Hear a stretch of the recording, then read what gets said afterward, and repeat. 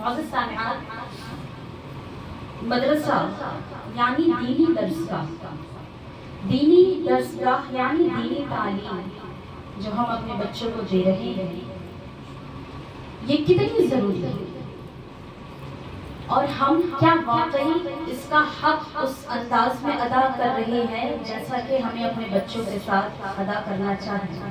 کیا اتنا ہی انصاف ہم کرتے ہیں کہ جتنا ہم بچوں کی دنیاوی تعلیم کے ساتھ کرتے ہیں؟ کیا اتنا ہی فوکس، اتنا ہی اٹینشن، اتنی ہی پرائیورٹیز ہم بچوں کی دینی تعلیم کے معاملے میں بھی دیتے ہیں جتنا کہ ہم انہیں دنیاوی تعلیم پر ان کو اپروچ کرتے ہیں، انہیں آگے بڑھاتے ہیں؟ تو یہ تھوڑی سی آج سوچ دینی ہے، اور اسی پر مجھے تھوڑی سی جو ہے نصیحت کی باتیں کرنی ہے، اور اسی سلسلے میں بچوں کے والدین کو جو ہے والداؤں کو زحمت دی گئی ہے۔ تو یقیناً دینی تعلیم کوئی معمولی تعلیم نہیں ہے۔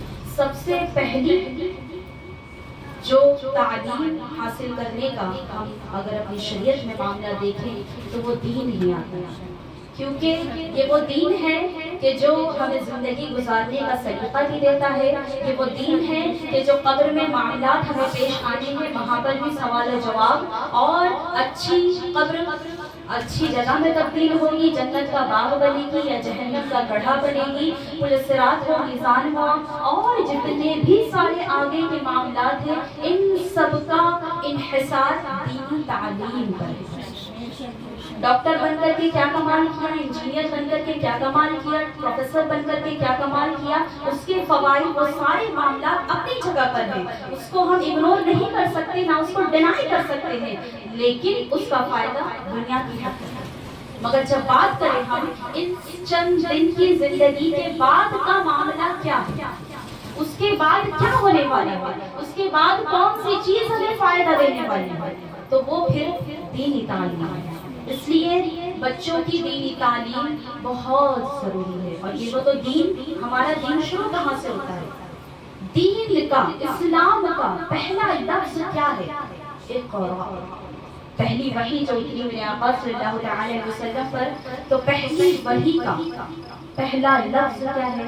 اقرا، یعنی پڑھو، پڑھ، اقرا، کیا اپنے رب کے نام سے پڑھی، یعنی یہاں پر دینی تعلیم کی بات ہو رہی ہے کہ کم از کم اتنا دین تو جانا جائے، اتنا دین تو سیکھا جائے کہ رب کی معرفت حاصل ہو جائے، رسول کی معرفت حاصل ہو جائے، قرآن کو اپنی ضروریات کے مطابق کم از کم جانتے ہو، دین اور احکام شریعت کو کم از کم اپنی ضرورت کے مطابق ہم جانتے ہو۔ یہ دین، اسی کو علم دین کہا جاتا ہے عرف عام میں، کہ اتنا سیکھنا تو جو ہے ضروری ہے۔ اس کے بعد اللہ توفیق دے تو عالم بنے، حافظ بنے، قاری بنے، مبلغ بنے، تو پھر ایک الگ چیز ہے، لیکن یہ اتنی ضرورت جو ہے یہ سیکھنا ہر ایک کے اوپر لازم ہے، چاہے مرد ہے یا عورت ہے، کیونکہ میرے آقا فرماتے ہیں طلب العلم فریضۃ علی کل مسلم و مسلمات، کہ مرد اور عورت دونوں پر علم دین سیکھنا فرض ہے۔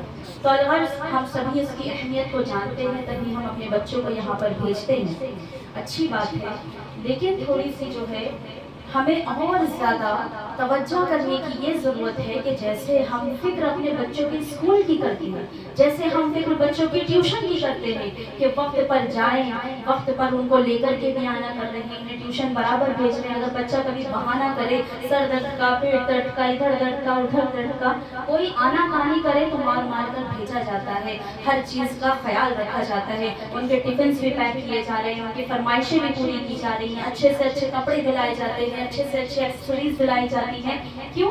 تاکہ وہ پڑھائی میں دل لگا کر کے اسکول جائیں، ٹیوشن جائیں، پڑھائی میں دل لگائیں، اور ایک کامیاب جو کچھ بھی وہ بننا چاہتے ہیں زندگی میں وہ بن سکیں۔ لیکن دین کے معاملے میں ہم کتنا سوچتے ہیں؟ کیا دینی تعلیم کو لے کر کے ہم نے کچھ بچوں کے معاملے میں سوچا ہے؟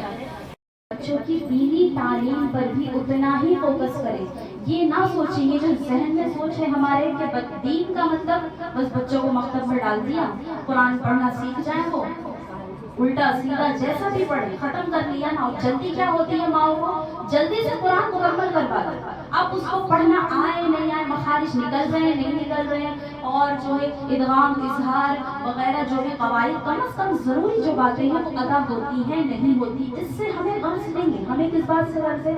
ہمارے بچے کا ابھی تک قاعدہ ہی چل رہا ہے، ابھی تک اما پارا ہی چل رہا ہے، ابھی تک 5 ہی پارے ہوئے ہیں اس کے، ابھی تک 10 ہی پارے ہوئے ہیں. یعنی یہ جو ایک رانگ تھنکنگ دماغ میں ڈالی جا رہی ہے کہ بس جلدی سے مکمل کرو اور ختم کر دو، اس کے بعد ہمارا دین کا کوئی تعلق نہیں ہے. پھر بس ہم جمعہ والے مسلمان ہیں، جمعہ اور پھر رمضان والے مسلمان ہیں، اس کے علاوہ ہمارا دین کا قرآن کا کوئی تعلق نہیں ہے. یہ مسکنسپشن ہے بہت بڑا. یہ جو ہم نے دین سے رشتہ توڑا ہوا ہے اس کے نتائج آج ہم دیکھ رہے ہیں. ہندوستان کا مسلمان آج کہاں کھڑا ہوا؟ یہ سوچ دیکھیں نا ذرا، سامنے رکھے. ہم کہتے ہیں اللہ ہماری سن نہیں رہا، ہماری دعائیں نہیں قبول ہو رہی، ہماری مسجدیں ٹوٹنے پہ لگی ہوئی، ایک کے بعد ایک مسارات خطرے میں ہیں. ابھی اورنگزیب کا معاملہ دیکھ رہے ہیں آپ، کل پرسوں کی خبر ہے، مزار کو پورا بلاک کر دیا گیا ہے. یہ ایک کے بعد ایک جو سلسلہ چل رہا ہے جو تھمنے کا نام نہیں لے رہا ہے.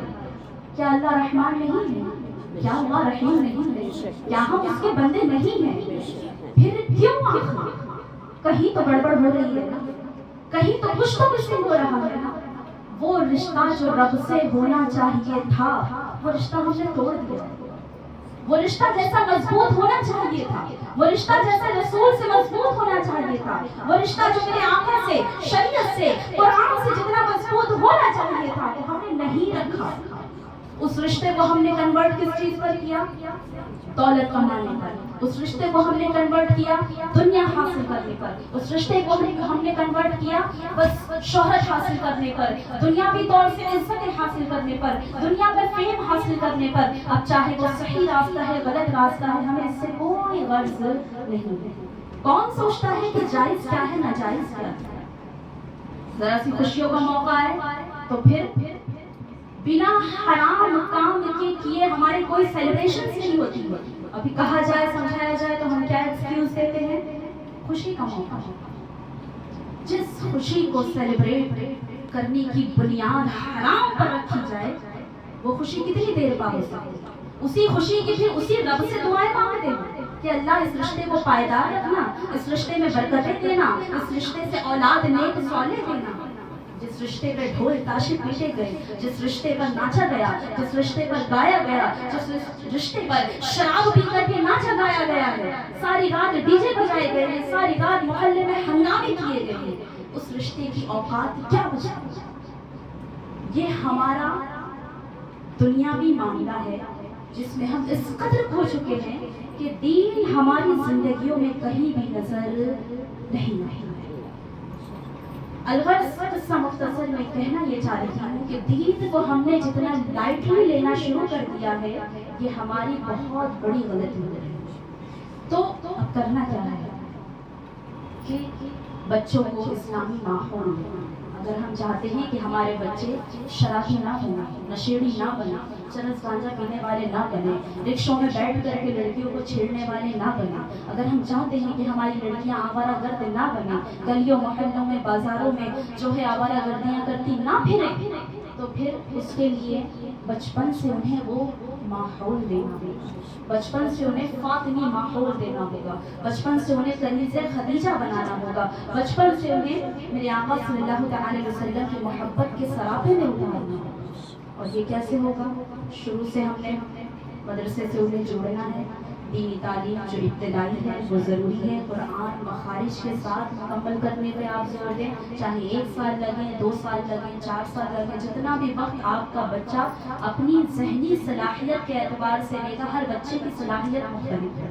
کسی بچے کو آپ کسی سے کمپیئر نہ کیا کریں کہ دونوں نے ایڈمیشن ساتھ میں لیا تھا. یہ بھی ہوتا ہے ماؤں کو کہ بھئی ایڈمیشن تو ان دونوں نے ساتھ میں لیا تھا، اس کے 5 پارے ہو گئے، ہمارا بیٹا ابھی تک اما پارے پہ اٹکا ہوا ہے، پہلے پارے پہ اٹکا ہوا ہے.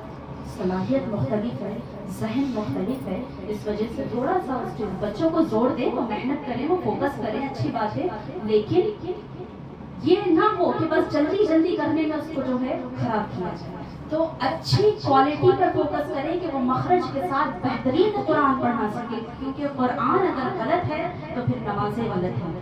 پھر جب بھی تلاوت کر رہے ہیں ثواب نہیں مل رہا ہے، پھر اگر غلط پڑھتے ہیں اور اتنا غلط پڑھتے ہیں کہ وہ معاملات جو ہے ایمان کو خراب کرنے تک جاتے ہیں تو پھر وہ ثواب کی بجائے گناہوں میں شمار ہوتا ہے. تو اس لیے قرآن کو صحیح پڑھنا بھی بہت زیادہ ضروری ہے. پھر بچوں کا آپ جیسے اسکول اور ٹیوشنز کے ہوم ورک چیک کرتی ہیں کہ آج اسکول کا کیا ہوم ورک ملا ہے, ٹیوشن کا کیا ہوم ورک ملا ہے, کہاں چل رہا ہے, چیپٹر کیا چل رہا ہے, کون سی ایکسرسائز چل رہی ہے. تو ایسے ہی بچوں کا مدرسے کا بھی معاملہ تھوڑا سا دیکھا کریں کہ بچوں کا سبق کہاں چل رہا ہے, کتنا ہو گیا ہے. اگر آگے نہیں بڑھ رہا ہے تو کیوں نہیں بڑھ رہا ہے, پھر جا کر کے آپ استاد سے بات کریں کہ ہمارا بچہ پڑھ نہیں رہا ہے, سبق نہیں سنا رہا ہے, تو کوتاہی کر رہا ہے. یعنی بچوں کے اوپر جو ہے ایک نظر رکھیں ان کے اوپر, جیسے ہم نے اسکول کی خاطر رکھی ہوئی ہے, دنیاوی تعلیم کی خاطر رکھی ہوئی ہے, کہ دھیان ہے, بہت زیادہ فکر ہے, وہی فکر ہمیں ان کے بچوں کی دینی تعلیم کے حساب سے بھی کرنی ہے. اور صرف اس کو قرآن کی حد تک نہیں رکھنا ہے کہ بس قرآن پڑھنے, اس کے علاوہ کہ بچہ کچھ بھی کرنا کرے, ہمیں کوئی غرض نہیں ہے.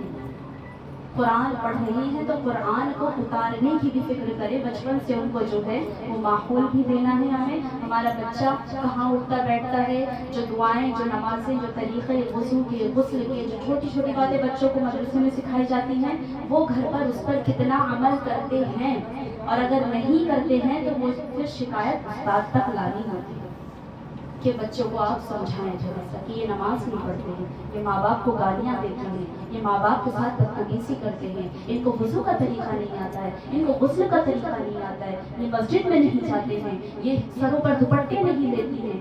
تو یہ تھوڑی سی چھوٹی چھوٹی سی باتیں ہیں, لیکن یقین جانیے اگر یہ تربیت آپ نے بچیوں کی بچپن سے کر دی تو آپ کو برقعے کے لیے پریشان نہیں ہونا پڑے گا, آپ کو بڑے ہونے کے بعد بچوں کو مسجد بھیجنے کے لیے پریشان نہیں ہونا پڑے گا, کیونکہ شروع سے آپ نے اس کو اس چیز کا عادی بنا دیا.